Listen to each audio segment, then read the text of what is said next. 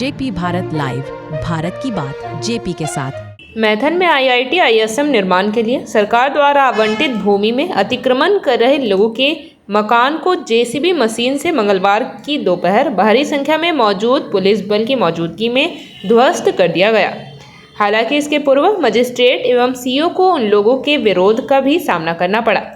इस संबंध में जानकारी देते हुए मजिस्ट्रेट नारायण राम ने कहा कि आईआईटी आईएसएम को जो जमीन आवंटित किया गया है उसमें 26 लोगों द्वारा जमीन को अतिक्रमण कर घर बनाया गया है, जिन्हें स्थानीय अंचल अधिकारी द्वारा कई बार हटाने को कहा गया है, मगर वे सब नहीं हट रहे थे, जिससे आईआईटी आईएसएम निर्माण में बाधा आ रही है। इसी को देखते हुए वरीय अधिकारी के निर्देश पर अतिक्रमण मुक्त करने का अभियान चलाया जा रहा है, जिसकी शुरुआत आज से हो गई है। वहीं बचाव में आए जनप्रतिनिधियों ने कहा कि अचानक इस तरह से कार्रवाई किया जाना ठीक नहीं है। इस बारिश के मौसम में लोग बेघर होकर कहां जाएंगे, जबकि पास में आलीशान मकान को ध्वस्त नहीं किया जा रहा है।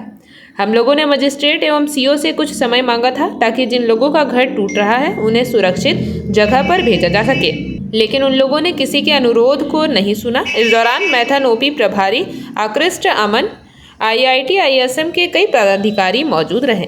आईआईटी आईएसएम के लिए विस्तारीकरण के लिए जो मैथन में मेढ़ा में जमीन आवंटित किया गया है, उस जमीन को यहाँ पर अतिक्रमण करके विगत 3 वर्ष से लगातार अवैध रूप से निवासन कर रहा है। अंचल अधिकारी अगारकुंड से बार बार इन लोगों को नोटिस दिया जा रहा है कि अतिक्रमणवाद हटाने का वाद भी चला है, तो नोटिस के बावजूद भी जो समय अवधि दिया जाता है उस समय अवधि में भी लोग ने खाली नहीं किया है।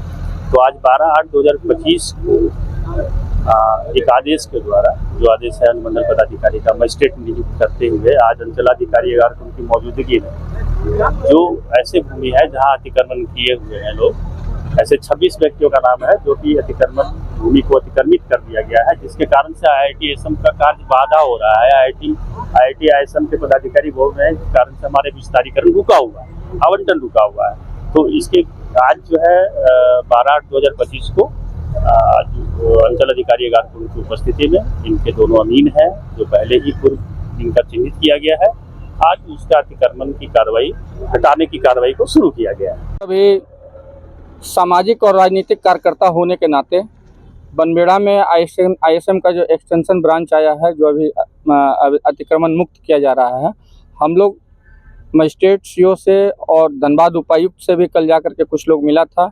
हाथ जोड़ करके विनम्र आग्रह किए कि बरसात का समय है और बरसात का समय में कम से कम 20 से 25 दिन का आप छूट दीजिए, क्योंकि लास्ट बैठक जो हुआ था उसके बाद बोला गया था कि फिर एक बैठक होगा और उसके बाद कुछ नहीं, सीधे तोड़ने के लिए ही मशीन आ गया। ये सरासर अन्याय है, गरीब जनता के साथ अन्याय है।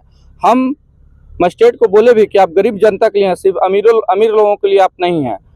अमीर लोगों का क्या घर तोड़ना रहता तो क्या आकर के अचानक तोड़ दिया था?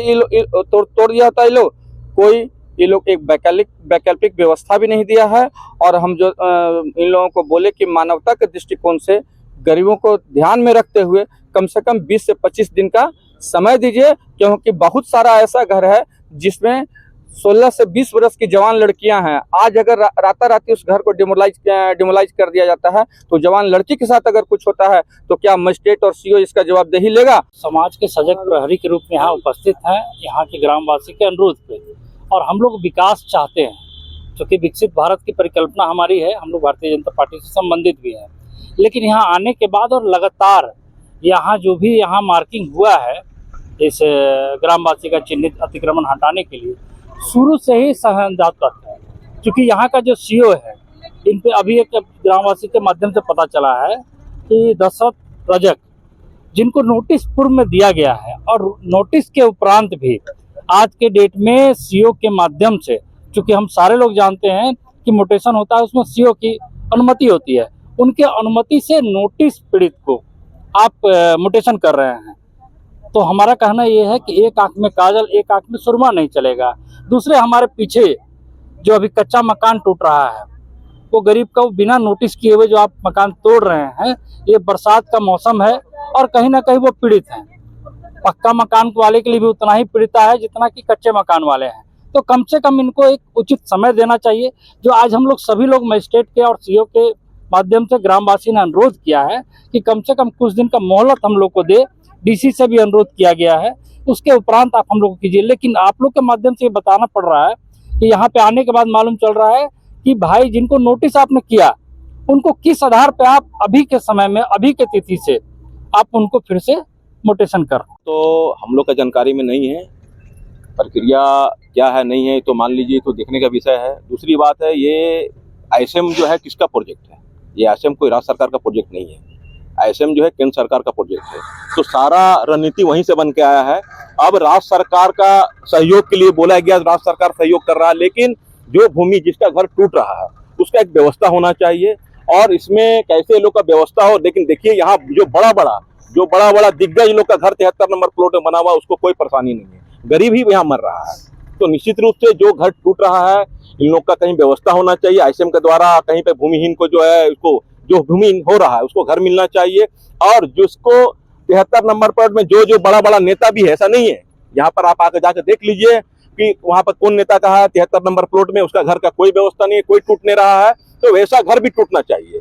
और जिसका 87 बहुत ऐसा घर है जो 87 उसका ऑर्डर हुआ है, लेकिन वो लोग का जानकारी का अभाव में क्या हुआ कि वो लोग स्टे नहीं ले पाया है। वैसा लोग को कुछ समय मिलना चाहिए, कैसे स्टे उसको मिला जाए। आपको पता होगा कि जब हमारे चंपा सोरेन मुख्यमंत्री थे, हम लोगों ने इस आवाज को उठाया था, और चाहे रेलवे का विस्थापन का मामला हो या आईएसएम का मामला हो, हम लोग तहे दिल से ग्राम के वासी के साथ हैं। और हम लोग सरकार से भी डिमांड करना चाहते हैं कि जो भूमिहीन हो रहा है उसको कैसे घर का व्यवस्था हो। और विधायक जी इसमें पहल किए थे, क्या हुआ नहीं हुआ हम लोग को नहीं पता, लेकिन विधायक जी का पॉजिटिव पहल था। वो चाहते थे कि इन लोगों को घर मिले और हम लोग चिन्हित भी किए थे जा करके, लेकिन इस बीच क्या हुआ हम लोग को इसका जानकारी भी नहीं है। लेकिन मिला जुला के हम लोग आईएसएम से यही मांग करते हैं कि जिसका घर टूट रहा है उसको घर का व्यवस्था करे, जमीन का व्यवस्था करे। और अगर कोई राहत देने की बात होती है कि अगर इन लोगों को कोई राहत दिया जा सकता है तो राहत देना चाहिए ह्यूमैनिटी ग्राउंड पे।